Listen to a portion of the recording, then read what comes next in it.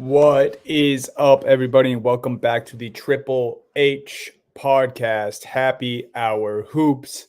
Loaded show for you guys today. As you know, we're approaching the Sweet 16, approaching the very end of the NBA season. Tons of drama in both conferences.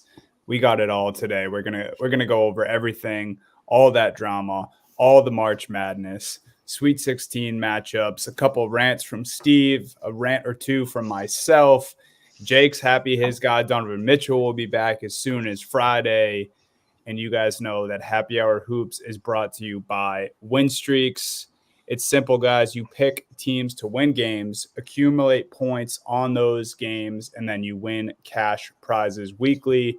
Win Streaks is 100% free to play. You can make up to 5 picks per day on the NBA, NFL when it comes back, NHL, college basketball, college football when it comes back. MLB is right around the corner, so you can also do that. 100 players win cash prizes every week up to $2,000. Contest runs every week from Monday to Sunday. Again, there's no deposits ever. 100% free to play the WinStreaks app. Use our code HHH when you sign up and start winning cash prizes while you pick your favorite teams to win. Go download the WinStreaks app. Fellas, how we doing today? We're doing doing well. I'm gonna keep it short because I got a lot to say the rest of the show, but we're doing fantastic right now. Jake, how you doing? I'm doing well. The Donovan Mitchell, we'll talk about that a little bit. Great news on this Wednesday. Had a great weekend. I watched so much women's and men's college basketball this weekend. I feel like I've just been seeing, having real hoop dreams because that's all that's in my brain right now. So I'm glad that we're here to kind of let go of some of that information. And there's been last night was a great, we had all these games Monday night, 5 million people watching Iowa, West Virginia, and what was a great game, except for the refs in Iowa. It was a great game, not for West Virginia as much. And then last night, the NBA was like, oh, it's our turn, and they delivered as well. We're going to talk about that. Lots to get into today, so let's get to it. Yes, I love it. Let's get right into it. We'll start with the notes. Some injury stuff here.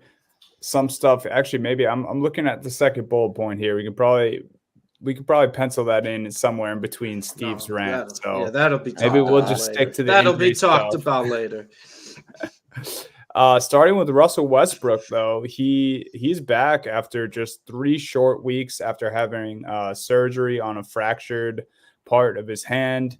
I'm sure the Clippers love to see Westbrook back. Unfortunately, it didn't work out the first game he came back. He looked great, but to no avail for the Clippers. They lost, and even after Tyronn Lue called the Clippers soft. So I guess it's not, I don't know if you guys heard Paul George's comments last week, basically saying they don't have an identity with like 15 games to go. You never love to hear that. So yes, I think good thing that Westbrook's back in the lineup, but maybe some trouble in paradise in LA. What do you guys think of the Clippers right now? Just real quick with shocking that James Harden team doesn't have an identity right now.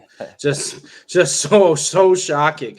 And I'm not really too surprised with the Clippers being called soft, mainly because James Harden and Paul George have kind of had that tagged on their name for quite some time. Although Paul George, I feel, is a little unfair. I think it's mainly because he kind of sometimes shies away in the big moments. But I wouldn't really call him a soft player when you look at what he's gone through within his career. And then obviously you have Kawhi, who always seems to be hurt. This year's been his best season of health in a while. But if you want to call a team soft, the guy coming back, Westbrook's the opposite of soft. Right. Like, that's the complete opposite there.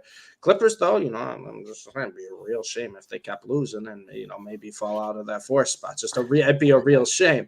But with the Clippers, you guys know how I feel. Nothing's changed this whole year. No matter when they looked great, no matter when they looked bad. If you got James Harden on your team, I do not trust you in the postseason, and nothing's changed there. And not to mention, too, right now, the Clippers would play the New Orleans Pelicans, I believe. It would be the New Orleans Pelicans in the first round. I'll tell you guys right now, I don't want any part of that Pelicans team. Even with the injury to Brandon Ingram, that's a team that can go on runs. That's a team that when they get hot, they get hot. And I know a lot of people, they've kind of been flying under the radar. Nobody is really paying attention to Zion, he is looking like his old self week after week after week now, more and more, to the point where, even, with Brandon Ingram, obviously huge loss, but I said it too. And one of my, we know Wake, we love Wake, Pelicans fan, maybe the only Pelicans fan I know, I told him, in the playoffs, you need to have a legitimate number one option. Might almost be a good thing for the Pelicans to Zion could be that guy, because the offense has been running through him. His assists have been way up lately, and he's been dominant. I'll tell you right now, for the Clippers, I would not want any part of New Orleans in the first round. I feel that, man. And for the Western Conference, the first 9 seeds, so excluding the Warriors, 1 through 9, the only team in that group that has a losing record in their last 10 games is the Clippers, 4 and 6. Yeah. All the other teams in the top 9 seem to be winning, and they are going the opposite direction.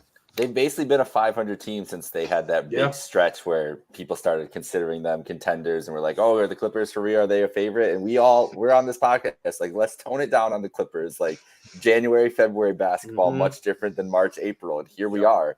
And that's this feel. You made a great point about the Pelicans in that matchup. The Pelicans, I don't know what the series price, if there is one available right now, you can look ahead to those. But I would be surprised if the Pelicans aren't like -200, -250 favorites, like heavy favorites in that series. The Pelicans, whoever ends up the 1 seed, if it's the Nuggets, it'll be a tougher draw because the Nuggets are just going to be a tough draw for everybody. Yeah. But if it's the Thunder, or if somehow the Timberwolves pull that off, I would be terrified to play the Pelicans in the second round. And we might be looking at a situation where this Pelicans team has a decent road and might be looking at not an easy road, but if they play the Clippers and the Thunder, Thunder Pelican series might be like even odds, like, honestly, because that's how highly I think of this Pelicans team. Last year they were really impressive and then had injuries kind of derail their season. But remember the beginning of last season, they weren't they like second, third in the West for a good stretch at the beginning of the year before the injuries started to pile up? Feels like they're building on that. We've loved their roster construction. So yeah, the Clippers are in a real danger zone right now with the spot that they're in. And like you said, Steve, they also have James Harden playing in a playoff series with all those long wings they can throw at him too. Yeah. It's going to be interesting to see how that plays out. Yeah, so you hope for the Clippers, Westbrook can inject some energy into that group again, and maybe they can start winning with him back in the lineup, but hasn't looked great. Speaking of injuries and the Pelicans, this guy was an ex-Pelican, and he's been back in the lab. Lonzo Ball, finally some videos surfacing of him dunking on a basketball court, doing some actual basketball moves. No concrete reports yet. It's crazy that this is something to get excited about if you're Lonzo Ball, but just the reports before this point have been so grim. But Lonzo expected to at least play some sort of basketball in the NBA next season. So, it's just a good sign. We like to keep tabs on Lonzo Ball. Obviously, you think about the state the Chicago Bulls are in right now, still battling, still a somewhat competitive team. And this is a group it's missing one of their most talented players in Lonzo. So, just good to keep tabs on one of the Ball brothers here. Hopefully he's back, like the report says, next season. So, prayers up for Lonzo. Hopefully he can get back soon. This was interesting to me, Jake. I know you listened to Bill Simmons as well. I don't know if you saw this about Embiid. Basically, he didn't say specifically who, but his sources and people in the medical field close to him said that Embiid could be ready and good to go as far as the injury that he suffered, and come play-in time, this Embiid could be back and playing for the 76ers. Whether you think that's a good idea, if he should try to come back and even try to salvage this season, which would be just very difficult for them in general. And then even if they make it out of the play-in, whoever they draw in the first round would be crazy hard. You would assume Embiid's at least a little bit out of shape. What do you guys think about Embiid in a play? I mean, the only reason I'm intrigued by it is because a Miami-Philly game with Embiid back in the play-in would be must-watch. But I don't know. I feel like every other week it's conflicting reports. Bill Simmons' source is probably Daryl Morey. He's had him on the podcast before. They're buddies. So it's a pretty good source there. Yeah. The biggest thing is the conditioning that you mentioned for Embiid. Like, how does he look when he comes back? There's no way he's going to be in as good of shape. We've seen him have trouble coming back from these injuries and being in shape where they've limited his minutes and everything else. And in a do or die game with the Heat, not do or die if they were 7-8 seed, obviously they get another chance. But in that kind of situation where you want to win and be the 7 seed and get into the playoffs right away and avoid the Boston Celtics, I don't know. It's a scary proposition to put Joel in that spot with the injury. But if that's been that, I feel like we've talked about it. That's what we thought the plan was all along. Like, as long as you're in that spot, bring Joel either towards the end of the season or for the play-in and let the chips play out from there. He'd be the best player on the floor in that game in any play-in scenario, whether it's that game or if they lose and had to play, Chicago or somebody else. But we'll see. I have doubts that his conditioning would be well, and we know how we feel about the Miami Heat, and especially in a one-game situation. Not sure about that. Yeah, and more than likely, the way it's been trending for Philly, Miami's probably going to be the host of that game, right? They'll probably be the home team for that game, which makes it even tougher. My whole thing, and I said this with Embiid too, there's been a lot of rumors for a while that he could be ready by the play-in, could be ready by the play-in. He's got to be ready before that if you want him to play in the play-in. You can't have a guy who's been out as long as Embiid has. No matter how dominant he is, and just expect him to be right back to that MVP type level against a Miami Heat in a play-in game. You got to hope you can play him maybe a couple games at the end of the regular season, at least just get 15, 20 minutes of on-court time before you play there, because I just don't think that's a great strategy. And also, too, if he only comes back for the play-in, in my mind, and I think everyone can agree to this, that means he's not 100%. Because if he was 100%, you're playing the few games before that.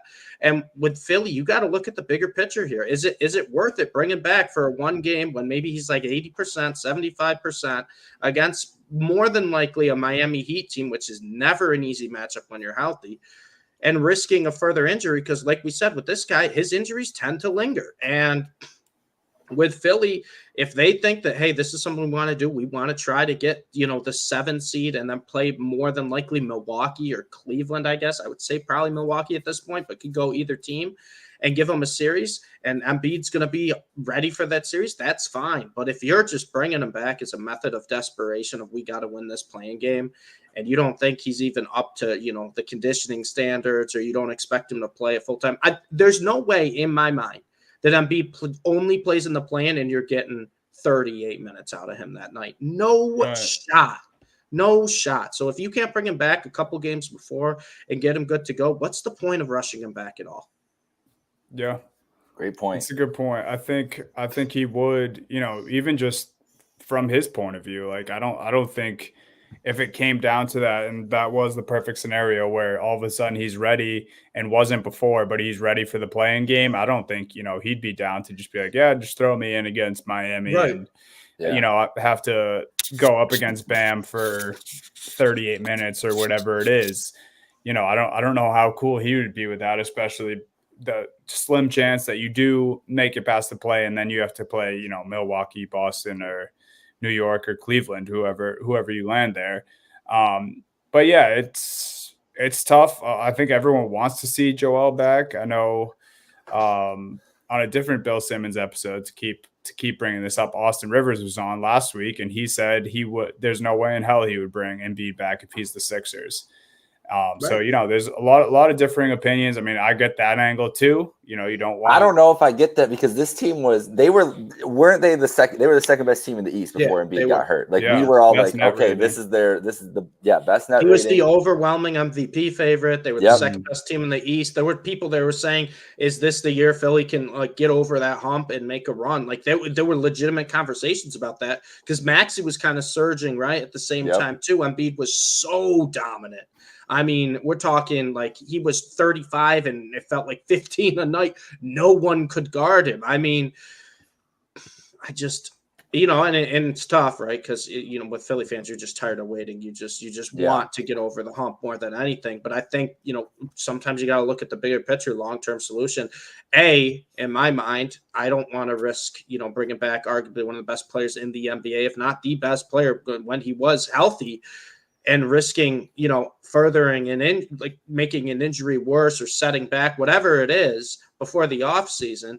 And B, you got to be kind of realistic here. If you win the play-in, you're the 7th seed. You're playing Milwaukee in a road series where Milwaukee has 4 home games. Boston is the overwhelming favorite in the East right now, right? You lose that play, you're the 8th seed. You're playing them in a series where they have the home court advantage. It just, if Embiid's 100%, then absolutely. But the way everything's been coming out and the way people are saying that, he might play in the play-in makes me think he's not, and they're just going to rush it back because, it's a one game, do or die pretty much situation. I don't think that's smart this year for the 76ers. I really don't. It's a great point. We got some Instagram comments. Meme Skis says hi about 4 times. So hi, Meme Skis 29. Ermagard, that's how I know that's how you would say that. They're excited for the Sweet 16. Go UConn. Yeah. Zach Serb, Dunny's hat is sick. Go Tar Heels. So a little shout out for Dunny. And a little shout out to Steve from Logan Tribal. Is Steve single? I'll let Steve answer that. Wow. I'm married to the game. You already know that. Ball is life. That's what Steve says. Shout out to our Instagram followers. Keep commenting along throughout the show. But Dunny, take it away, sir. What else we got here? Well, we got your guy coming back as soon as Friday was the report today. Yeah. Donovan Mitchell had that nasal issue, got it taken care of. And speak of Philly, he could be back as soon as Friday to play Philly. That's right. And I think even more importantly, we saw the Bucks lose a thriller last night, which we're going to talk about. Mm-hmm. But that puts the Cleveland Cavaliers just 2 spots back from the 2 seed in the East. The Knicks 2.5 spots back. So yeah, Cavs realistically can grab this 2 seed. What do you think about Don coming back real quick and the possibility of getting that 2 seed? Or do you want the 2 seed? Which matchup would you prefer? I'm very excited for Mass Don, and I just want to avoid the 4 seed at this point and having to play Orlando or the Knicks. So whether it's the 3 or the 2, not as concerned. I don't want to say I like the matchup better with the Pacers and the Heat or the Sixers because the Pacers are a scary team too. But exactly. I want the Pacers out of this matchup. But I do. If it's possible, yeah. I love the Pacers. We love the Pacers. Exactly. And I just don't want to disrespect them. Inexperienced. Exactly. And the Cavs, it's a good matchup for the Cavs to grind them out. Slow that game down. And if it's playing at the Cavs pace, all that series, it should be an easier series. If the Cavs are in a series with the Heat, that's the Heat and the Cavs play exactly the same kind of styles, and I'm very terrified of the Heat in that kind of series, as everybody should be. And if it's the Sixers with Embiid and he comes back and is healthy and they win a play-in game, that's terrifying too. That's the worst case scenario. So I do want them to get the 2 just because why not get the 2 seed? And if they do win that first round, would much rather have a home court against the Bucks if that was a second round series. But avoiding the Knicks or the Magic is the key. And I'm glad to see Don back. We're going to see Mass Don, I'm sure. So that'll be fun to see. But the real issue is his knee with the tendonitis. We know that's going to linger throughout the year. So hopefully it just holds off enough at this point where he can be effective throughout the playoff run, because he's not going to be able to get fully healthy until the summer anyways. So he just needs – and they have missed him dearly. Like Garland, there's a Darius Garland conversation happening among Cavs fans. I don't subscribe to it. I think he's been dealt a pretty bad hand the last couple of years with trying to kind of let Donovan fit in and take over the team. All the injuries that he's had, especially this year, people do not give enough credit. Cavs fans specifically don't give enough credit to how debilitating of an injury that is. To break your jaw and not be able to eat food for months. And they went overseas, all this other stuff. And then when he comes back, Don gets hurt. And it's like, okay, Darius, you don't have to just come back and play. You have to actually carry the offensive load for this team while you're working yourself back into shape. It's been a tough draw. He's gotten a lot of criticism, but he's also shot the ball. I think it was at least 2 weeks ago, was shooting the best 3-point percentage since the All-Star break. I'm sure it's still pretty high there. So he's been shooting the ball better. He's been trying to be more aggressive and get his shot. And that's what you want to see too. So if he and Don can both get hot at the right point, that's what's going to make the Cavs the most dangerous. But it's good to see Don back. Love it, man. Yeah, this Friday night should be fun, seeing him up against Philly. Hopefully, all goes Yeah, goes well. Not with the knee, surprised like they you didn't bring said. rush him back for tonight's huge matchup in Charlotte. I'm not shocked by that at all. No, I think I could sit that one out. He might have wanted to though. Maybe pad the stats a little bit for yeah. first night back. But yes, I think some smart decision making did go into that one. Jake, I'm happy you added this. I kept meaning to. I forgot. Last piece of news here. Big piece of news. Oh, that was you, Steve? Mm-hmm. Yes. We got to talk about this. Yes, we do. MLB has their own gambling scandal.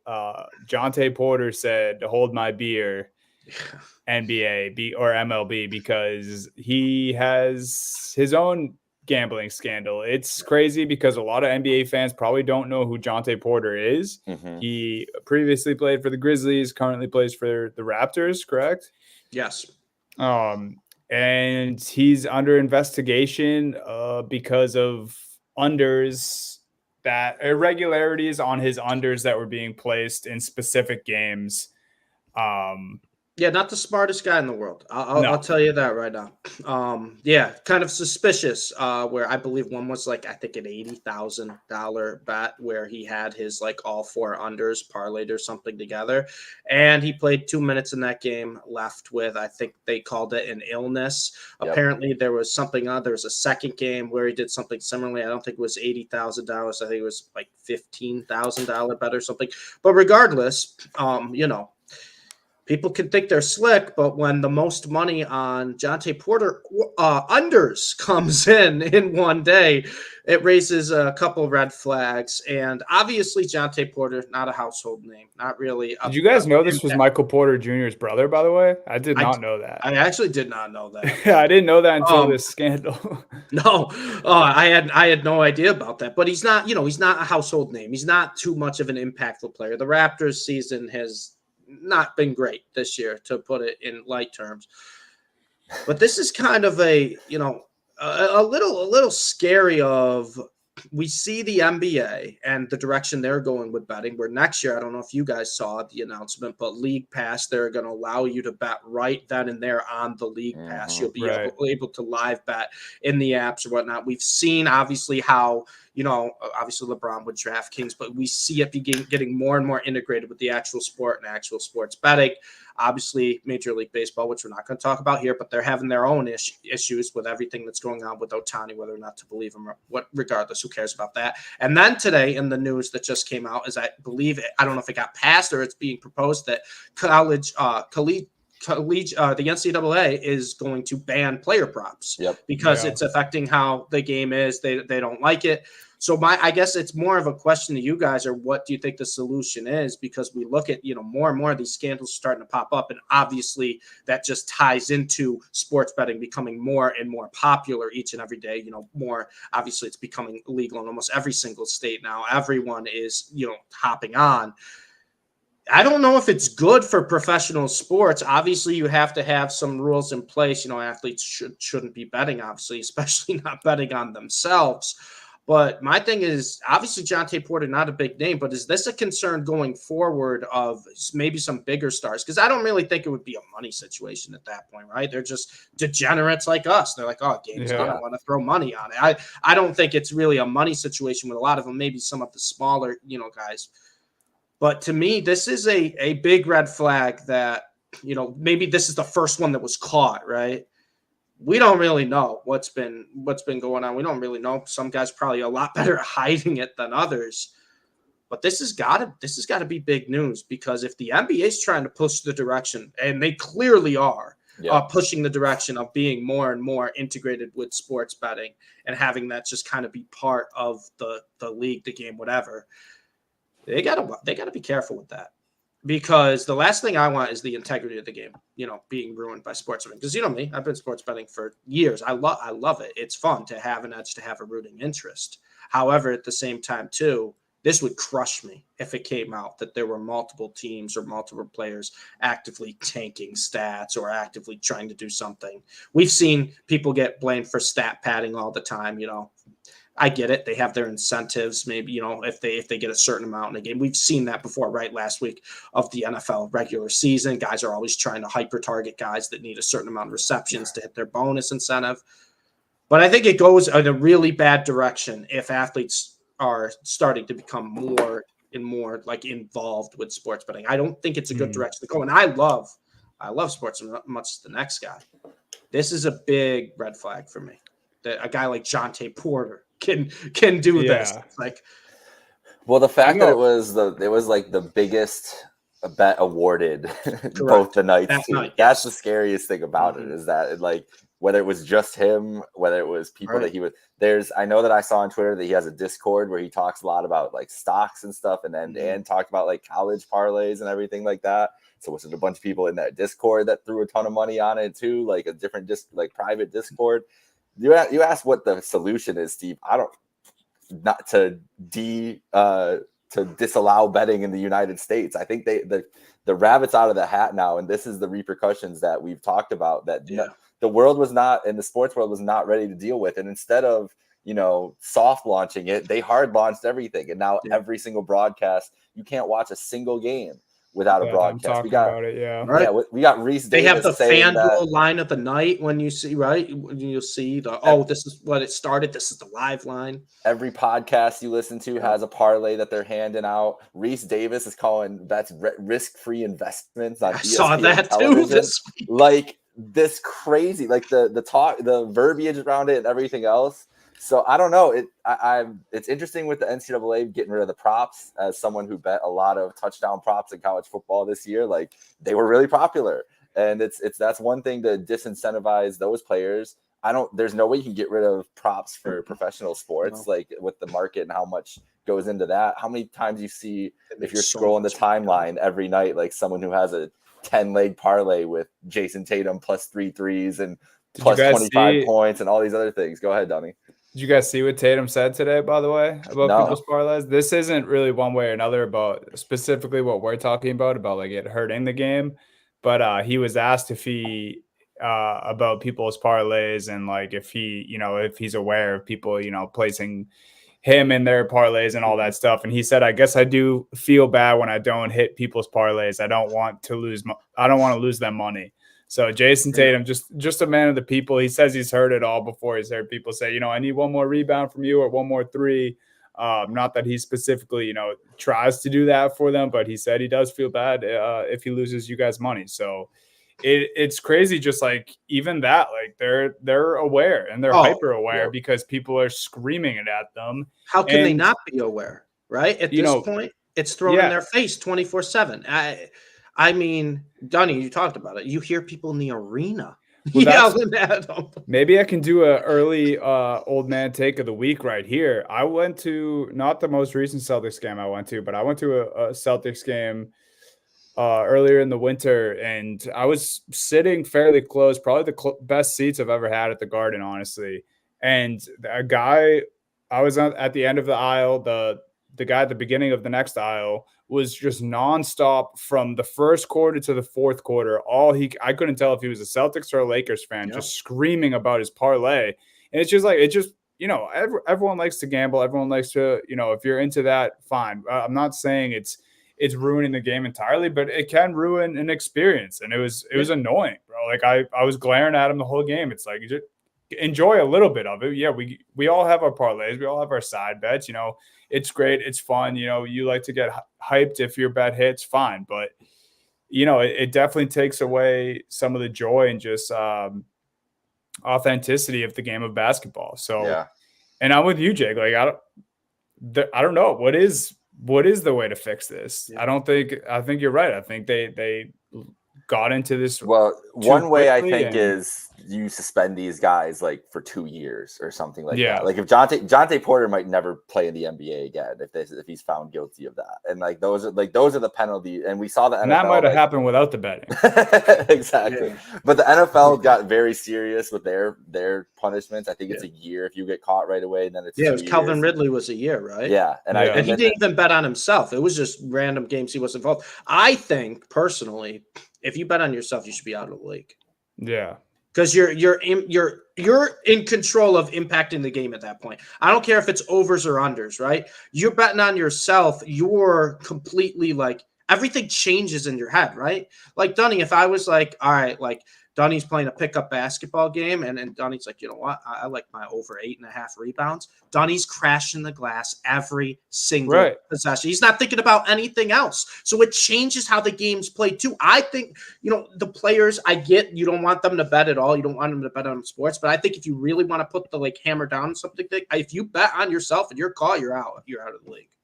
Yeah. Don't care who it is. It needs to be severe. Because that's what changes it. The Calvin Ridley, I understood he was out for a year. I'm like, well, he's not playing. He's not impacting it. I get it because it's a slippery slope. And this is the slippery slope we're going towards with Jonte Porter, where you're betting on yourself. And first off, too, Jonte Porter, you're a pussy, bro.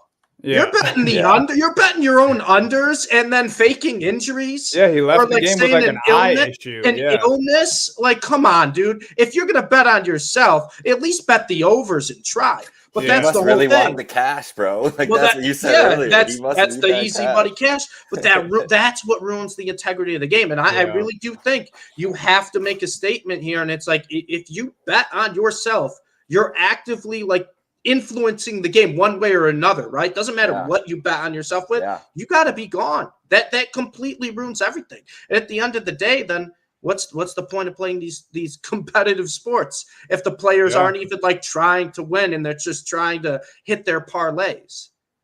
Yep. I think it had to be brought up. I know Jonte Porter's not a big name, but this to me is the biggest red flag. This would ruin sports if more and more athletes came out that they were betting on themselves. Let me ask you guys this. I would be crushed because I love player props in the NBA, regular season, playoffs, whatever.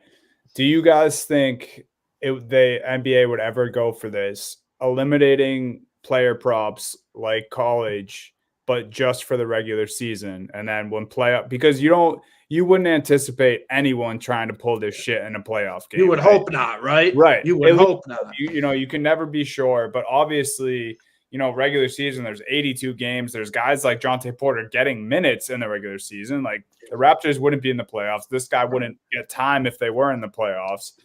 I don't know. I think, that's just a solution I came up with just since we've been talking about this. I don't know if the league would even go for that, but I think that's, maybe a thought that they think about it. And I think you guys are saying all the right things too. There has to be severe discipline for these guys. If it I wouldn't be surprised if Jonte Porter is not on the Raptors the next time we have this podcast. Yeah, I think he's still away from the team right now, right? And I think it's one of those situations. I don't think he'll ever be back in the league because the whole Calvin Ridley thing in the NFL was different. He was hurt. He was just betting on games he was watching. And to that, I don't want to say it wasn't harsh enough because, like I said, I think the reason it was a year is because of a slippery slope, something like this. I'm all for if an athlete wants to bet money on a game, they're just like us, right? If they're not involved in the game, if it's not their sport, then I don't care. I know, that's the leagues are a lot more strict on that than I think I would be. But in my opinion, I mean, betting on yourself, you got to be out of the league. That ruins everything. And that will ruin professional sports. And that's what I'm nervous of because these sports are pushing. Betting has just been pushed for years. And now it's you're pushing it to the point where we might have pushed it too far. Yeah. To where everything's changing how games are being played and stuff. And I really hope that's not going to be the case. And to your point on player props, Donnie, I think that would be last case scenario of what these sports books and what the leagues would do because they make millions. Too much. I don't think it's realistic, but it's just what do you do? From our Instagram, CT Freer, do football players bet on things like the Kentucky Derby? We see them at the Derby all the time. Is that not allowed? I don't know. See, that's where it's that's where it's a gray area because I'm sure they're betting on it. I don't think they're just going to the Kentucky Derby to watch. Obviously, that's a big event. If you just want to act you're someone important, you go anyways. But come on, guys. Let's be real. These guys they're around the same age as us, right? We're talking about young athletes that are playing sports, of course, they're probably going to be who have their hobbies are going 100x to be time the money is exactly. Yeah. That's what I'm saying. Well, like you got at the end of the day, you can't look at them as athletes too. You got to look at them as just like regular people. Like of course they're going to want to bet. They see it all the time. It's thrown in their face 24/7. That's why I was saying with you, Dunny, too. They know their lines before the games start. Are you kidding me? Oh yeah. Right. Are you telling me Tatum doesn't know? Oh, it's posted everywhere. Oh, it's 26.5 tonight, or it's 28.5. That's why I'm like, maybe you give them a little bit and say, hey, you can bet on these other sports. You can't directly influence. But if we ever catch you betting on our sport, you're gone. Because then I think you at least – because I think what the problem is if the rules are so strict, then it's just going to – guys are going to just make stupid decisions. Yeah. And it's going to be really bad for the sport. And if the rules are too loose, then obviously you have situations where it just ruins the integrity of the game. So I think maybe be like, hey, you can bet on these other events that you aren't directly like affecting. But if we catch you betting on your sport, even if it's a game you're not involved, I don't think they should be able to bet. I don't think any NBA player should be able to bet on the NBA. Yeah, I'm with it. I like it. I'm here with it. My last thing I want to say is it sucks, and I think this just goes to what Jake said about them getting into it so fast. Like there was no soft launch. They went fucking full steam ahead. And it's crazy because like a guy like JJ Redick, who I love and I don't blame, but like all he's been talking about lately is how he wants to talk about keep the game pure, and like he wants to talk about actual basketball. He doesn't want it to be debatey on his podcast. He doesn't want to talk about the fake shit. He wants to talk about the real sport.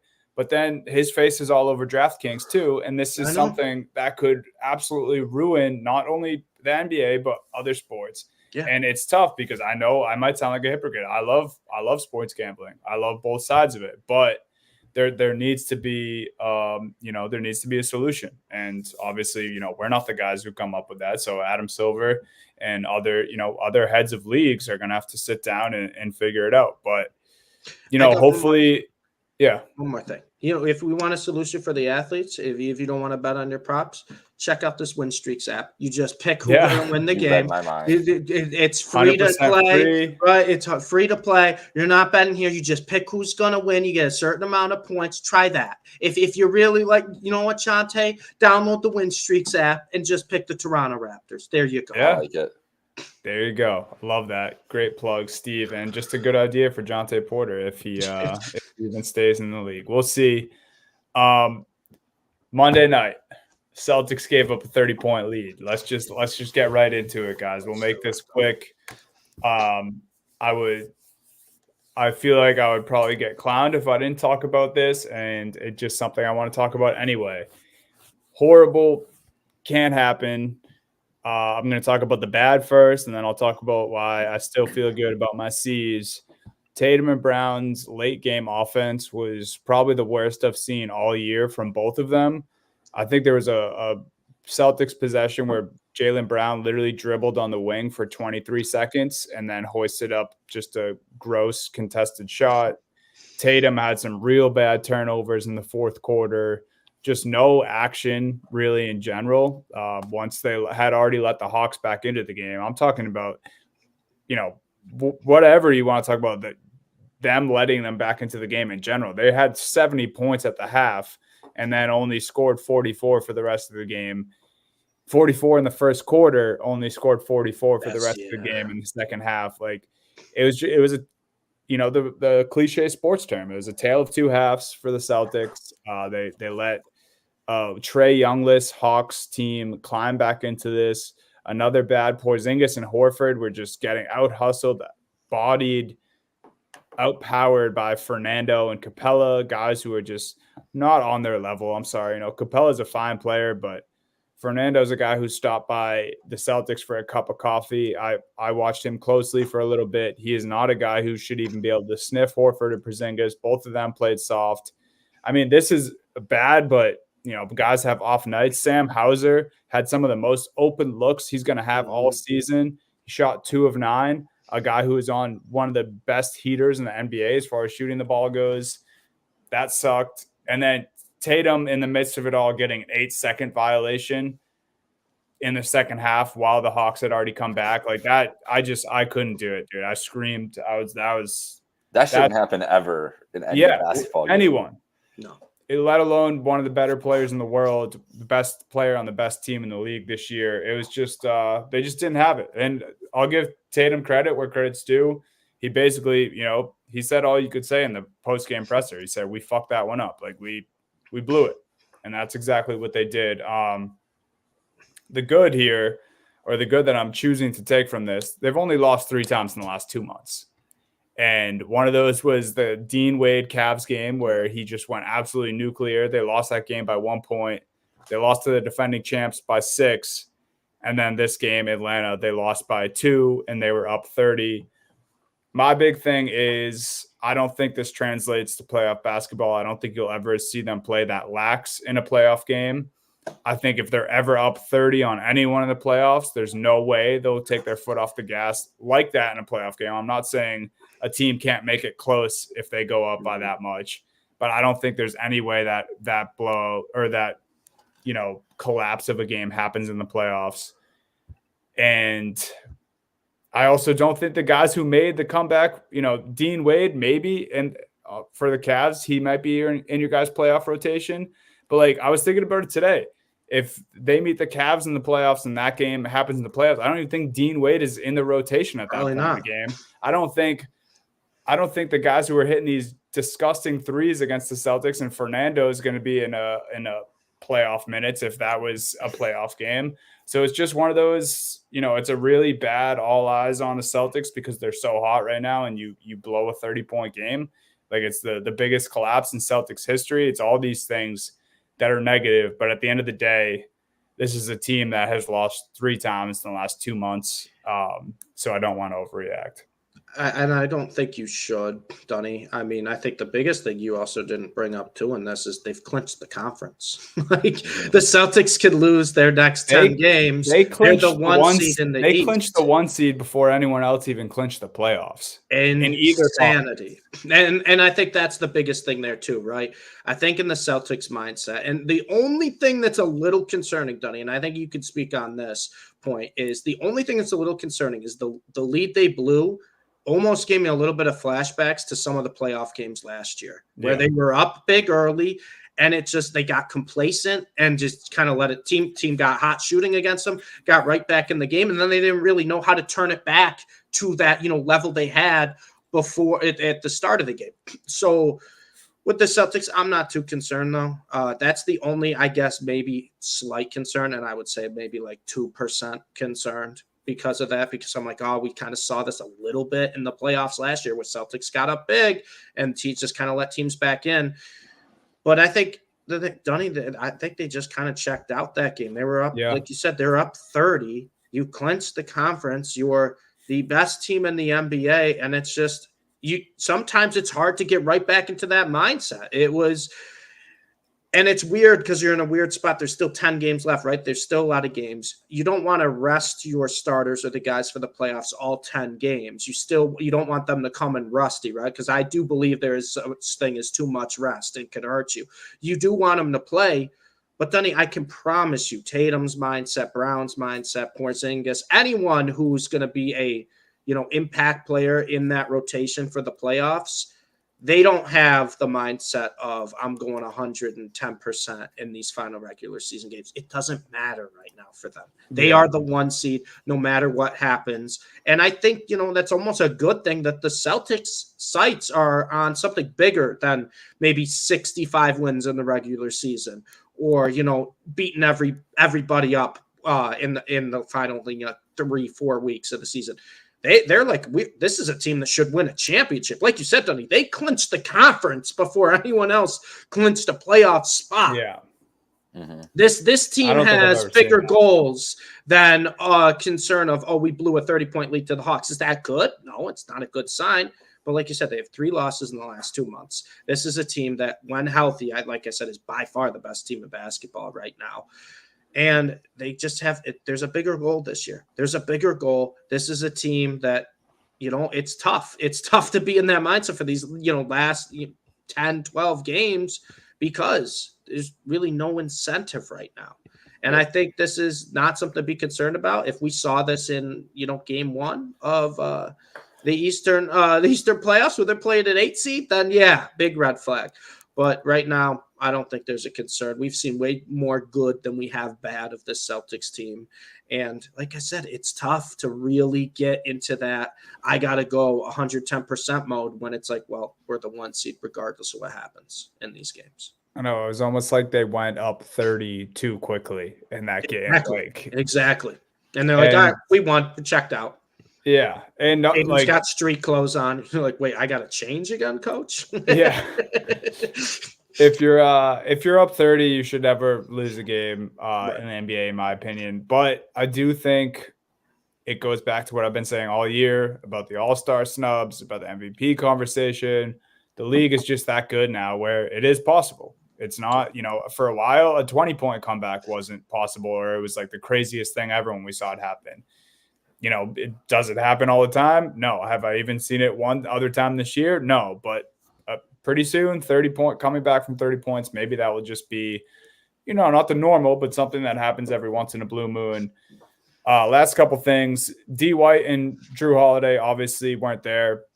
Trae Young wasn't there either, so I don't think you can say that as an excuse. But when your two best defensive players are on the bench that, can let a team come back in a game like that. And then this is kind of just something I've noticed, and I think Celtics fans will hate that I'm even saying this, because the Celtics Porzingis marriage and experience has been nothing but sunshine and rainbows. Yeah. But sometimes I think Porzingis is having a little too much fun out there. I think he's a little too comfortable sometimes. I think that Hawks team, like I was saying about Fernando and Capella, especially if one of those guys wasn't in the game, I love how much of a three-point weapon Porzingis is, but he's one of the best post players in the league. He shoots the best post percentage. And I need him down there asserting himself sometimes a little more, especially when there's adversity. I don't want to see him chucking 30-footers. And it's not just it's not just the shooting. That Bucks game that they barely scraped by and won the other day, I think he ended that game with 3 rebounds. And the third rebound was this huge offensive rebound that he put back dunk. But I think there is some games where I'm like, all right, Porzingis, it is great that you're the third fiddle and you don't have to do too much because the Jays carry and White and Holiday carry defensively. But sometimes I do want to see that just a little bit more of a spark or energy from Porzingis. And I think that was something that was glaring in the Hawks game.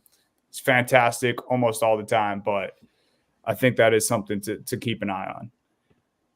Worried? No. Crazy, stupid fucking loss? Yes. Hopefully it doesn't happen again. Yeah. CT Freer says, are the Celtics going to do it this year, or are they going to pull a Bruins move? I don't think they're pulling a Bruins. I think definitely not a Bruins. No, if they fucking lose, no Bruins. If they lose in the first round, this podcast is fucking over. Now, mind you, heard it here. If you get the Miami Heat, you're not going to be as confident saying that. Fair enough. True, but still, I think anything less than a finals appearance is a disappointment. 100%. If they don't go to the NBA finals, it's a disappointment. Especially my dad's already saying if they don't win it, it's disappointment. I honestly don't hate that. I really don't. The only thing is I think the Nuggets are a brutal matchup if it is Celtics Nuggets. Yeah, I think the Nuggets is the one matchup you don't want to see if you're. I think it's that, unless it's the defending champs, because there's still people who have been saying all season long that they're not better than Denver. So, I mean, fine. If they lose to Denver, then it can't be too much of a clowning. But I do think it's championship or bust in most aspects for the C's this year. Hilariously enough, the most shit that the Celtics were getting from fans was from Bucks fans on Twitter after the 30-point loss. No surprise. The Bucks fans blew a lead of their own, 19-point lead with I think 7:56 left, just around 8 minutes left in that game last night to the LeBron-less Lakers. It was one of the better games of the year. I'll say that. Yep. We have a few Tuesday night games we're going to talk about, but Bucks Lakers. Steve, I know you said you didn't catch most of it. We were doing our MLB draft, but Anthony Davis, I think, is the big thing here. Played, I think, 52 minutes, the most minutes by a Laker since Kobe. And on top of that, he just fucking went off, man. 30 plus points, 20 plus rebounds, 4 blocks. Like he was doing everything. And getting the best of Giannis at times too. Jake, did you catch any of that game? Were you locked in there? Yeah, and that was the main point I took away, is that AD can still get to these heights where he is, where he reminds you who he is. The problem with AD is that he doesn't consistently do it, but he can still reach that top level where he can carry this Lakers team on nights, and going into the playoffs. That's why I was talking about earlier. Like, it's terrifying for one of these top West teams if they have to deal with the Lakers in the first round. And you got LeBron and AD staring at you, and the fact that Russell is playing better than he did last year going into the playoffs. Reeves is the triple double last night. Anthony Reeves as Reggie Miller is just too stuck in his college basketball brain. But Austin Reeves is a great game last night.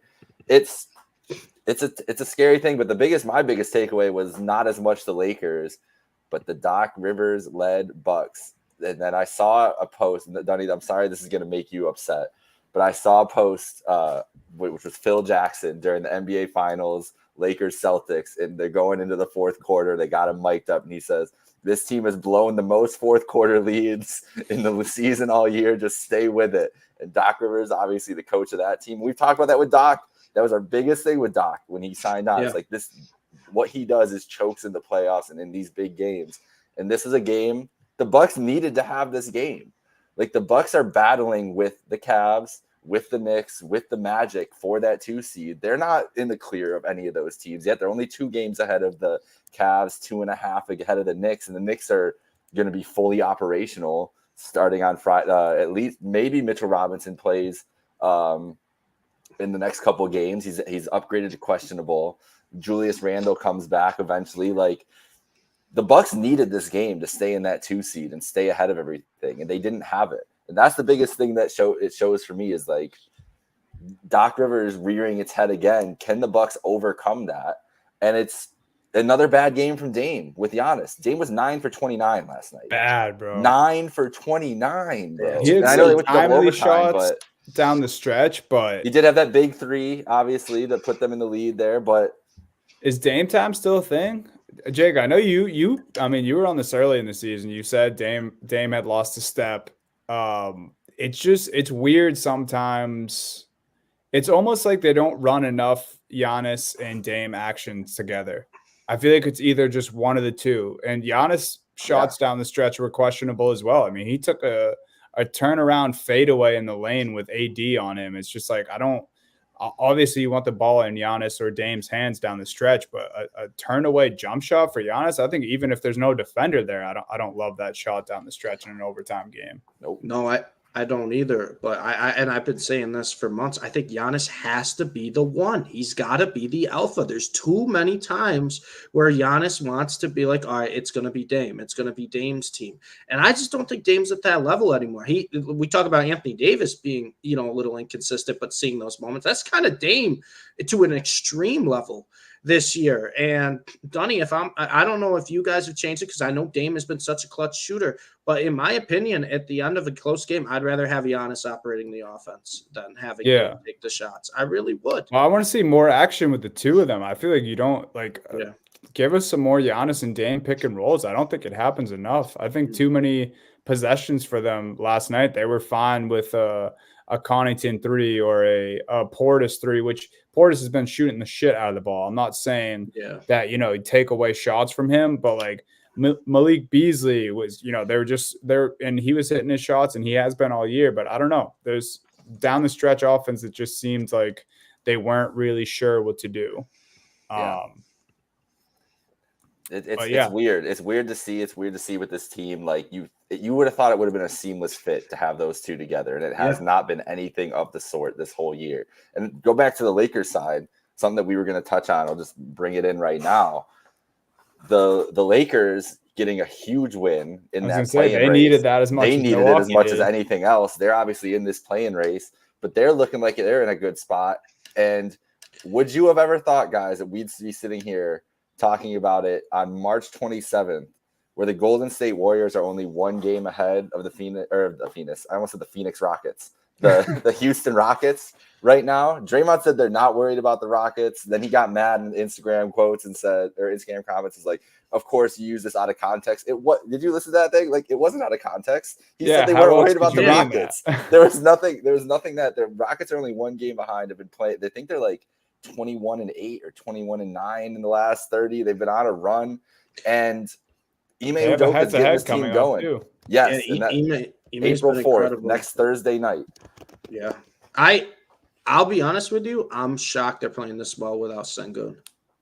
Yeah, I'm shocked they're playing this well. Now their young guys have really stepped lately. Amen Thompson has actually picked it up big time. Cam Whitmore, Jalen Green, 27 points on Monday for Jalen. Yeah, I feel like literally since I don't know if you guys even remember this. A couple weeks ago, I said when Sengun was really ascending, I was like, is this guy the best player on the Rockets? And we all were like, undoubtedly, yes. Since that point, obviously he got hurt, but Jalen Green has been. He had 41 on Saturday night. Fantastic. Jalen Green might listen to Happy Hour Hoops because he's been fucking going nuts ever since we said that. They've been playing unbelievable. I can't believe the run they're on. And honestly, like, it doesn't feel real that they're only a game back right now. Who would you guys like if you're the Lakers, or I guess we'll say the Lakers for the Lakers case. 9-10 matchup. Who would you rather play? Would you rather play Steph, or would you rather play a red hot Rockets team? I think you'd probably still choose the Rockets. You think so? I think so, but just Steph in any winner go home or playoff like situation. I think you take the group, but the way the Rockets like been one of the best teams in they were 9 straight wins. They're in Oklahoma City tonight. That's going to be a fun matchup to see. Like, that's a real test to see where they're at. Like they've had some big wins over this stretch, but this is a huge game on the road. I don't know, man. It's a toss. I think it's a little bit of a toss up, but probably the Warriors. Just the Steph factor is terrifying. But I can't believe we're here with the Warriors this season. I really can't. No, I'm shocked the Rockets are making it this close. We talked about it a couple of weeks ago. I think the week before the March Madness show that it was wrapped up. That we were like, we know what the playing teams are going to be. Or not the playing teams. We know what the playoff teams are going to be. It's just a matter of where they're going to be seated. And then the Rockets said we have other ideas, and we still got one spot up for grabs right now. And man, they're making it interesting. Yeah.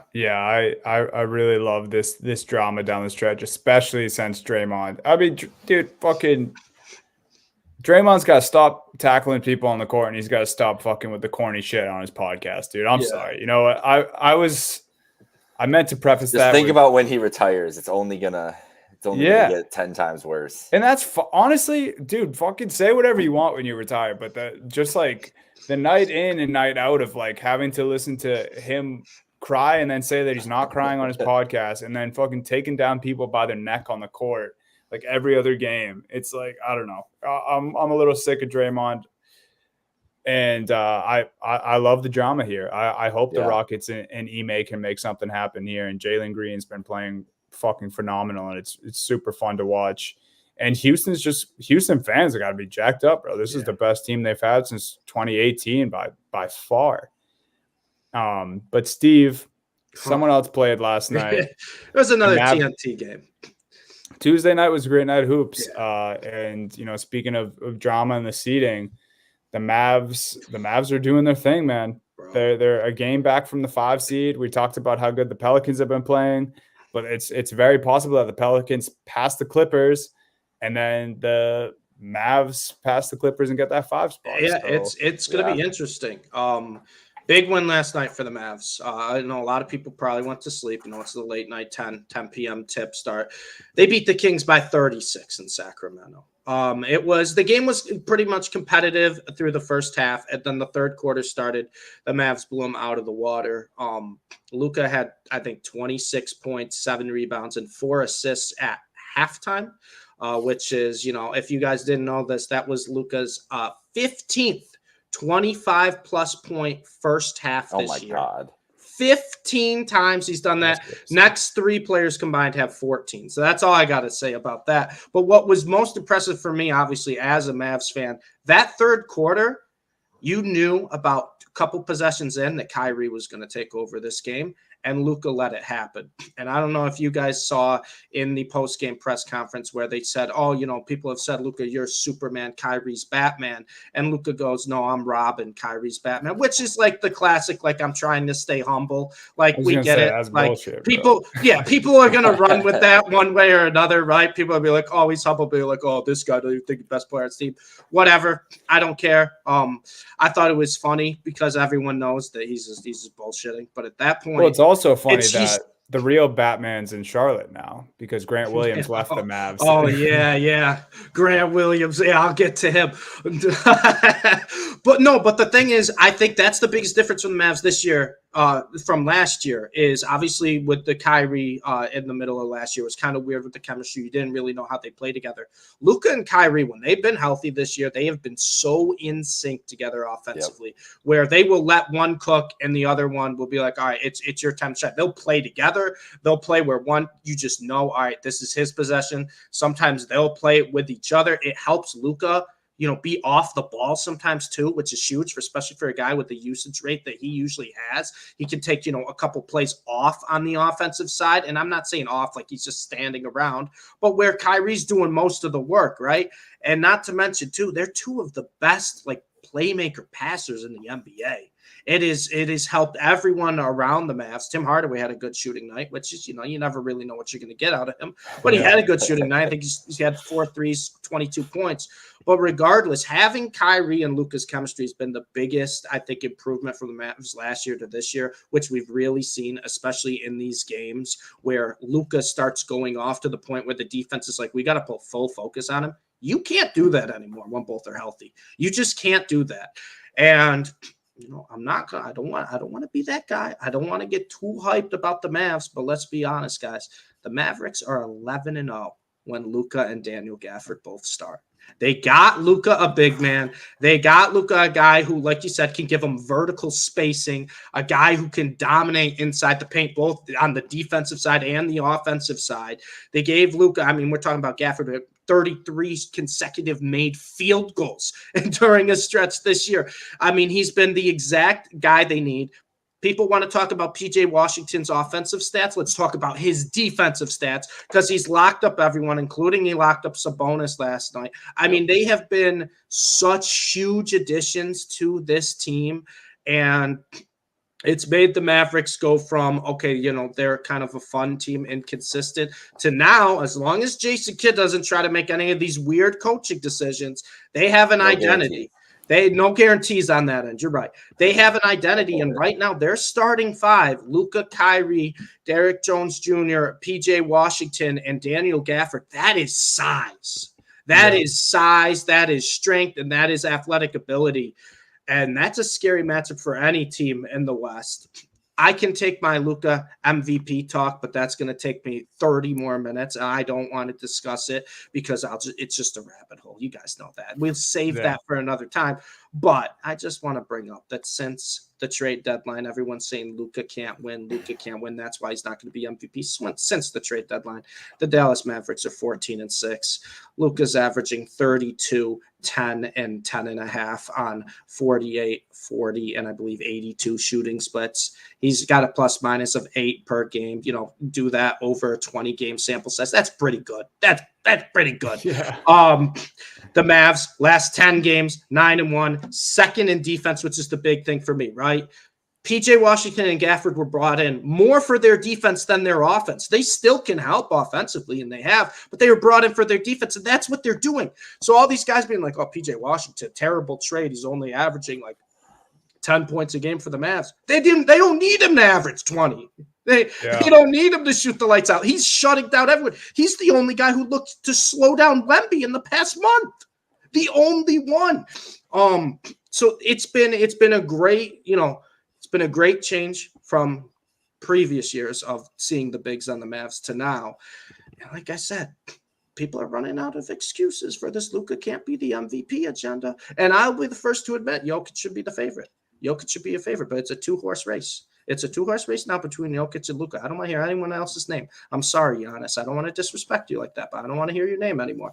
We're not even going to talk about the guy in the Thunder because that's just dude's putting up stat lines that Luka has at halftime. I don't need to hear it. Yeah, you got a great young team around you. I don't care. But the fact of the matter is that if the Mavs keep winning and they keep moving up in the Western Conference, because there's a legitimate chance, there is a legitimate chance they would have could get the 4 seed. Legitimate chance. They are, I believe, a game and a half behind the Clippers for game and a half. A game and a half. That's with Ingram hurt and with the Pelicans in front of them. And then we just talked about the Clippers are the only team with the losing record in their last 10 out of the top 9 in the West. A game and a half back. The Mavs are the second hottest team in the NBA because I still got to give the Rockets credit right now. The second hottest team in the NBA right now. Celtics don't count, Dunny. Don't worry about that. Yeah. They're exempt. They're doing their thing. Well, you don't want to see the Mavs, and you don't want them to get to 4. You don't want them to have a home series first round in the playoffs. And I promise you right now, two things. I promise you 2 things right now. All right, 2 things, and then I'm done with this little mini Mavs rant. 2 things right now. My first promise is if you asked every single Western Conference team, right, outside of the Denver Nuggets, who is the team you least want to see in the playoffs, they're going to say the Dallas Mavericks. They're going to say the Dallas Mavericks. And number two, and this is for you, Shaq, and this is for everyone else who has their agenda against Luka. If you asked all 30 NBA GMs, which player would you rather start your franchise right now, Shai Gilgeous-Alexander or Luka Doncic? Not one person's taking us. Not one. Not one. It's not close. I don't want to hear this agenda. I don't want to hear these excuses. Oh, they can't win. Oh, they can't do this. Well, now they're starting to win. Steve. Now he's putting up numbers. Right now, I'm looking at you right now. Nobody in the West wants to see the Mavs, and no one is taking SGA over Luka. Let's go. I love it, dude. And it makes so much sense because I was just waiting for this to happen for the Mavericks. The Mavericks aren't an 8 seed. So when they were hovering in that 8-9 for like that 2 weeks, 3 week span, whatever it was. Oh, when Jason Kidd was playing Maxi Kleber over Neil Gafford. Yeah. Well, and you know, whatever it was, and the Suns too. Like I was like one of those teams. It doesn't make sense that they're both there. I still don't really. It's still like hard to look at the West standings and see the Suns as the 8 seed, but it didn't really make sense for either of them. But the Mavs, they climbed their way up, and like you said, they could easily be the 4. I think they're going to keep climbing. I don't have them staying at the 6, but if the playoffs started today, I would fucking love to see a Minnesota Mavericks first gentleman's sweep, 5 games. Gentleman's sweep on them. Let them get I think it'd be awesome, man. Just Ant versus Luka in general. Obviously, you as a fan, regardless of who you're pulling for there, I think you'd want to see Cat back for that matchup. We don't know. But yeah, man, the Mavs, it makes sense that they're climbing. Luka and Kyrie have been fucking so fun to watch. Like they're Showtime-y at times, man. Like the way they run the break. You talked about Luka and Kai, both just fantastic playmakers on top of everything else. They're fun to watch. I don't know if you've seen Kyrie's dunking now. Like he's putting up some crazy dunks right now. They're having fun playing together. And the biggest thing, I think the biggest thing with Kyrie, right? We all knew his talent on the court, right? And maybe, I'm getting ahead of myself here, but I don't really think I am. I think Kyrie loves it in Dallas. I think the way it's treated him, the organization, his been this locked in and happy and forever. Did you see they had like an auction? I think they had, their Mavericks ball. They had an auction, and it was like something for like would go with Luka, some vacation with Luka. Kyrie was the top bidder for that. Like they're bidding on each other's things. Like these guys genuinely love playing with each other, and it appears to be friends off the court as well. And that is huge for chemistry. You talk about, you got to have chemistry with your stars, right? LeBron and Anthony Davis, they love each other, right? We talk about the Warriors with the Splash Brothers.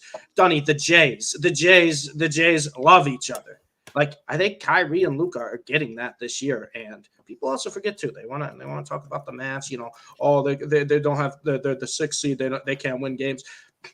Kyrie missed 22 games. Like, he missed 22 games this year, man. We're looking at, and also too, you want to talk about the Mavs pre-deadline. It's a completely different team than they are now. The only thing I care about the Mavs is since the deadline right now. And the facts are the facts. They're 14-6, second in defense, 5th in offense. Yep. It's a great point. It's a great point. I'm not living in the past. We talked about that right at the deadline. Like they made this roster look complete at the deadline, and now Jason Kidd trusts the guys. It seems like finally, and they're rolling. If they get to that 4 seed, it's It's dangerous, and that we want nothing more for this podcast than the Thunder to get the 1 seed, the Mavs to get a 4 or 5 seed, and get a juicy Thunder Mavericks second round matchup. The NBA world needs that. NBA world needs that.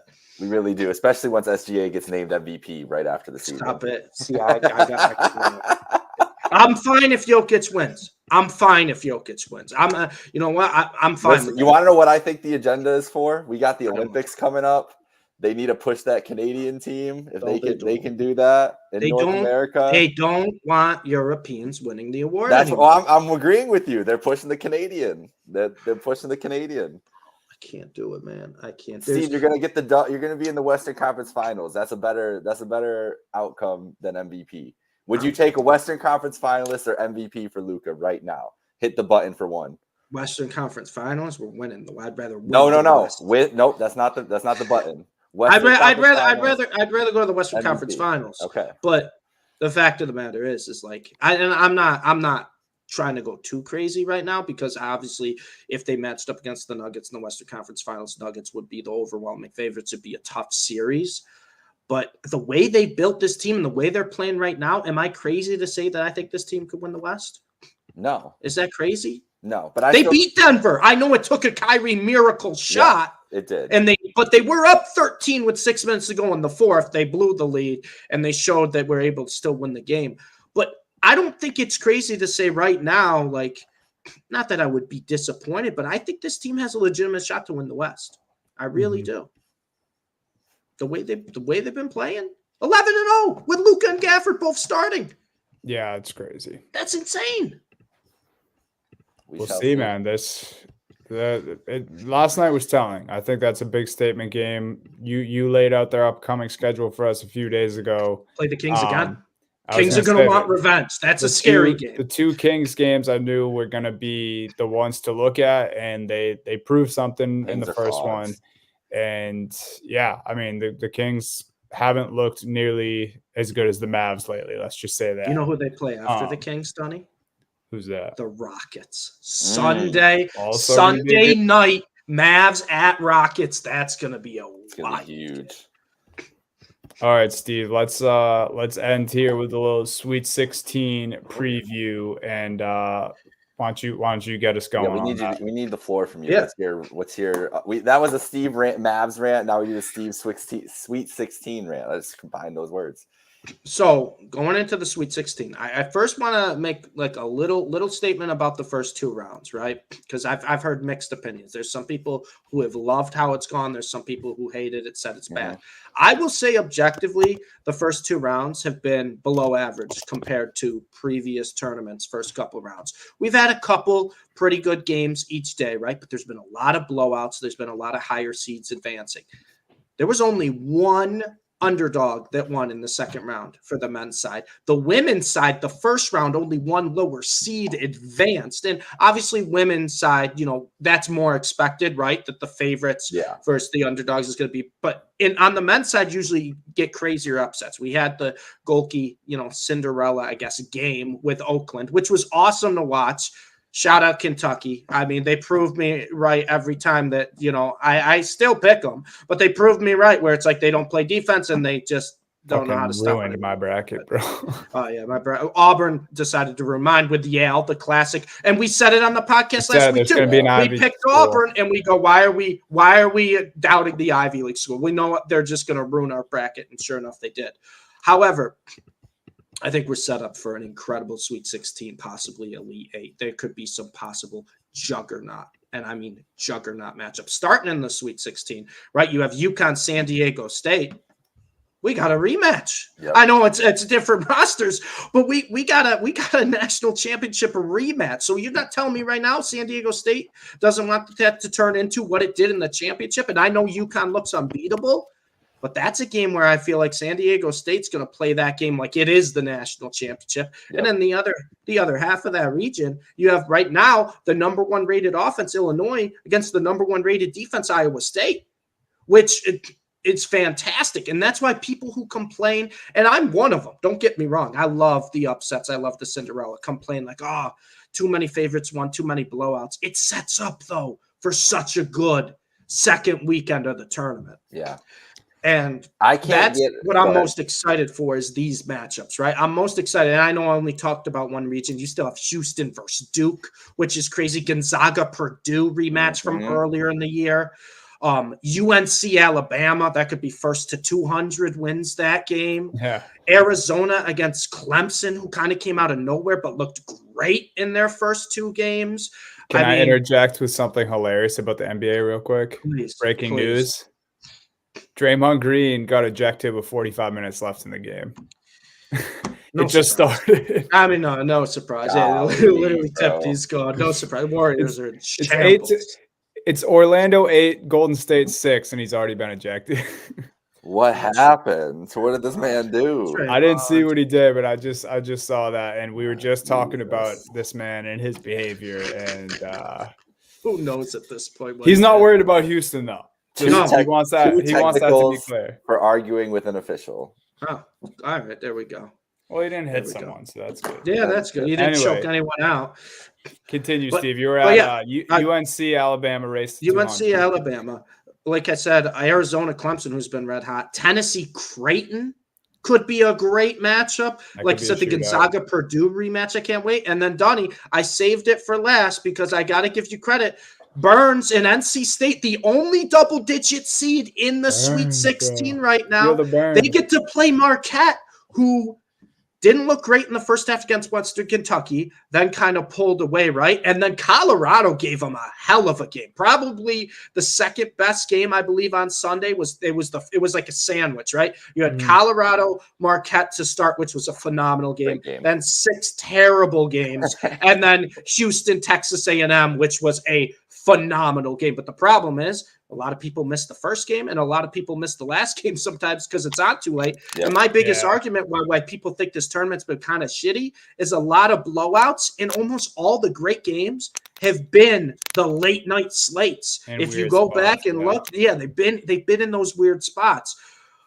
But I mean, I'll tell you right now, Marquette, they looked, beatable in the first 2 games. And NC State, if you want, it's hard to call a major conference team a Cinderella team, even though they wouldn't have gotten the tournament if they didn't win the ACC. But that 11 seed, I feel like it's all in the run of why they're a Cinderella. It's exactly. Just, if you were following how they got here, if you just watch them, bro, like Golke versus DJ Burns the other night, and Golke obviously wasn't shooting as hard as he was in their first game, but it was still a barn burner, man. Yeah. It was still a hell of a game. Yeah.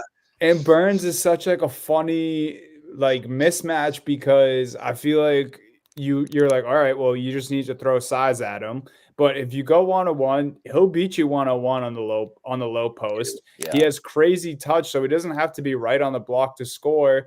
And then if you want to throw more bodies at him, Steve, you texted this in the group chat at the end of that game. He can pass out of the double team like he's in the NBA. Yeah. Not that he can pass. He's a phenomenal passer. Yeah. For a guy his size, like his vision, his ability to not get, a lot of guys in college, especially more so college than the NBA, tend to get overwhelmed when a double comes or a trap comes. And that's when you see these games get chaotic with a lot of turnovers. Donnie, Oakland was throwing 2-3 guys at him, and he was just patient, waiting to find the open guy. It was fantastic. Yeah. It's crazy, man. To answer your original question, everybody loves the upsets and everything else, but we talked about it when we were previewing the bracket last week, where there's like 9 elite teams in the country this year. UConn is a step above everybody, but there's really like a higher tier than everybody else, and all those teams are left. And that's what I really am excited about, is we're gonna get most likely the best 4 teams in the Final Four, hopefully. I mean, if NC State gets there by beating Duke, beating North Carolina in the ACC title, ACC tournament, and then beating Marquette and maybe Duke again or Houston, then they belong to be in this conversation at this point too. And all the other teams left have a claim to be one of the best teams in the country all year long, with the way that they've maybe not a Gonzaga or a San Diego State who didn't have. Don't hate on Gonzaga. I'm not hating. I'm just saying that they had a lower year than the previous year. Agreed, but the only reason for that is basically because they lost to St. Mary's in the regular season this year. If they win those games, Gonzaga's probably a 1 or 2 seed. And they play the hardest non-conference schedule every single year, and this is a new team. Like, how much people want to hate on them? Yeah, and also shout out, I will be 9 straight Sweet 16s. No other college has done that. That's crazy, yeah. More than Duke and UNC. They passed them for 8. You want to talk about this team always chokes? It's because they haven't won it all, right? It's the classic until you win it. It's like with the Boston Celtics Tatum team, right? Why does everyone hate on this team? Oh, they fall short, they choke because they haven't won it all yet. Yep. Once you win it all, then everyone looks back and like, wow, look how dominant they've been. Yeah, look how successful they for were. years. Yep. And so until Gonzaga wins it all, everyone's going to use the classic argument, oh, they choke, they play. Isn't that crazy how we can't measure success until we just see that shiny piece at the end. As a Buffalo Bills fan, I hear you guys completely. Yeah, exactly. And that's the biggest issue with it, because Gonzaga has been one of the best basketball programs through it basically our entire life. For us, we've been alive. Gonzaga's been pretty much a dominant basketball program. And so it's nice to see them back there. I think they got a great chance against Purdue. I will be hammering the money line in 5.5. Yeah. I don't want to watch Purdue. You know what? I don't want to. You know what? That's the problem. Anti-Purdue. I don't want to. No, I don't want to turn this into an anti-Purdue. I hate watching them. Bro, you're not but every single person that you listen to talk about this tournament hates watching Purdue basketball. 4 guys on the outside. Edey stands in the middle. You pass to him. You wait for the double, or you try to draw a foul, and then you throw it outside to one of the guys to shoot while 3 other guys crash the glass because the entire other team's got to box out Edey. Yeah. I can't watch that. I can't watch that basketball. They shoot 45 free throws a game. I can't watch that. The Vols are in my championship game, so obviously I want them to get there. But any of these 3 teams. That's a game. That's my favorite. That's my favorite game of the weekend, or the Thursday, Friday, is Creighton, Tennessee. That's going to be such a great matchup. But any one of these 3 teams needs to take out Purdue for the country's sake, for the Final Four Saturday. You guys know it would be poetic, but it would take a super long shot to get there. If we see Purdue win their next 2 games, NC State wins their next 2 games, and then DJ Burns gives Edey the business. Cuddy just wants to see Burns as much as possible, man. I mean, tell me Burns versus Edey wouldn't be just a hilarious visual. It would be great. The only thing that scares me there, and it's kind of similar to how Utah State got ran out of the gym, they're big, great Osobor, who's a fantastic big. He's just used to being bigger than everyone, right? Yeah. He was 260, 7 foot tall. He's always plays as the bigger guy. He had no idea how to play as the smaller guy. I don't know if Burns would know how to play as the smaller guy. Yeah. It'd be tough. I think that would be too much firepower at that point. But my only question I want to pose for you guys, out of the 1-4 matchup, so UNC versus Bama and Houston versus Duke, which 4 seed do you have the most confidence in? Alabama. UNC can be a little inconsistent, and Alabama, they are inconsistent. But when they're hot, and they can score with anyone. They like to muck up games too, and I feel like UNC doesn't really favor that. Duke is super talented, but the biggest thing, my concern with Duke is they've been called a little soft this year. The way they play, they've been soft. You can't do that against a Calvin Sampson Houston team. That is the last thing. A&M gave Houston a war. Why? Because they're just as tough as Houston. Yep. I don't know if you guys stayed up to watch the end of that game. Yep. When they were in overtime, 3 of Houston's best players fouled out. 3 more had 4 fouls. A&M had 2 of their best players fouled out, with 3 more with 4 fouls. It was just a war. And Houston, that's just not Duke's style. I think it's a bad matchup for them playing Houston. Alabama, UNC, I like the matchup a lot more, and I think this probably goes in the pace direction that Alabama wants. And we saw against Charleston, right? We saw it against Charleston. We saw it in Bama's second round. When you play like the Grand Canyon Alabama game was disgusting. It was just one of the ugliest games to watch. But when you play the style Alabama wants, you're not going to have a chance because they're so good at it and they're so used to it. You got to make Alabama uncomfortable. I don't think UNC is the team to make Alabama uncomfortable. Yeah, I agree with everything you just said. Bama has the better chance just because if that game's going to be 100-90, no matter what, I feel like with one of those either teams. It's a horrible matchup for Duke. Duke's such a finesse team to play this Houston. Duke really has to shoot like 55% from 3 in this game to be. And I think Houston's the number 1 perimeter defense. Exactly. So it's a terrible matchup. That matchup is a great TV matchup. We're going to get all the old highlights, Houston, Duke, and everything else. Houston, as much as I picked Marquette to make it there and everything else, Houston has the easiest road out of everybody else, out of the 1 seeds. the rest of the way. I think. UConn's toughest test. I think it'll be in the Sweet 16. I think if they get Illinois, they would smash Illinois. I'd love to see them against Iowa State, though. I would too, but I still think I think they'd win by 10. I think it'd be an ugly game, but still handle that Iowa State team. UNC and Purdue are definitely wary going into this weekend.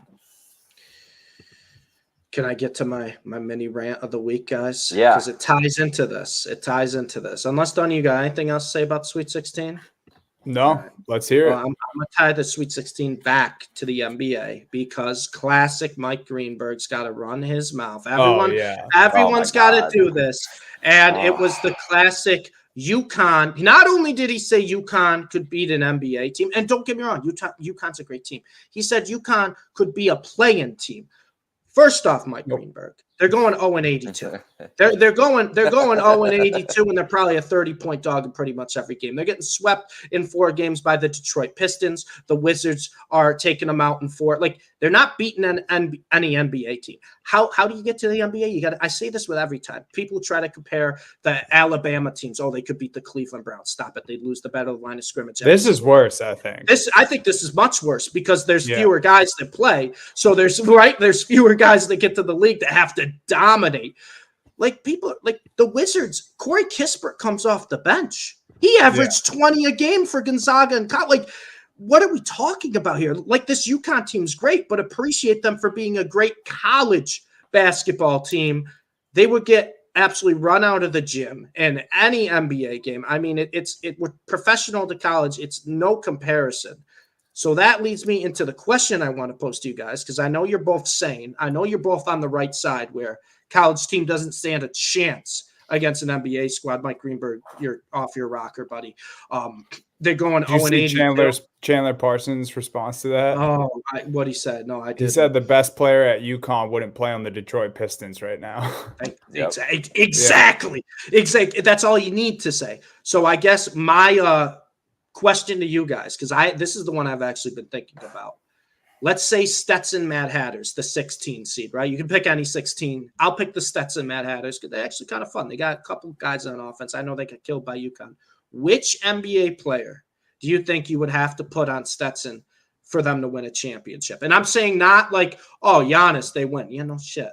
Like, yeah, we get that. How far down can you go for like maybe the worst NBA player you can put on Stetson where they go to the championship? I'll give you the name I have after you guys give me your names. Because I want to Clarkson. See. Ooh, okay. He probably averages 40. Defense is a big concern. Defense is a big concern there, but he probably averages 40. No one's stopping him. And people are going to be like, well, it's one player doesn't make a team. Guys, we're talking about an NBA player on a college basketball team. Yes. Jimmer Fredette was dominating in college basketball. That guy's is not sniffing the league right now. With it to win the national championship, win the national championship. Yes, let's say Stetson. Any 16 seed, but we'll say Stetson for the example. What guy you putting on? Clarkson. Only thing that concerns me, Jake, like I said, is defense there. I think he's fine. He's 6'5". He'll be able to body up. He's a big guard. I have my answer. It's a little bit better than Clarkson. Slightly, but I don't hate the Clarkson pick though. I'm trying to think of like a forward that can do both, but like isn't. You want to hear mine, Dunny? Yeah, let's hear yours. Jeremy Grant. Yeah. Jeremy Grant. I think he averages like 40, 15, and 10. I mean, no one's stopping him if he drives. He can shoot the 3. He's going to lock down anyone. What about even like Taurean Prince? Like a guy who's just a big. I was going to say like DeAndre Hunter a little bit. Yeah, Taurean Prince scares me though because I don't think he can handle the ball. I think you got to at least run the offense through them, right? They got to be able. I don't think you have a spot up shooter. Is Derek White too good of a player? Because I would say Derek White works. I think he could easily. I put Derek White over Jeremy Grant probably. Yes. So first name that came to mind was Peyton Pritchard, but then you said the defense thing that would be tough. But like the way Pritchard's been playing in the league, like he would bully some college. Him at Oregon, dude. We remember what he did years ago in Oregon. That's why he was the first one to come to mind. What about like Mitchell Robinson? If we're just talking a big, like a guy that's just like a rebounder, the only thing that scares me there is ball handling, foul trouble.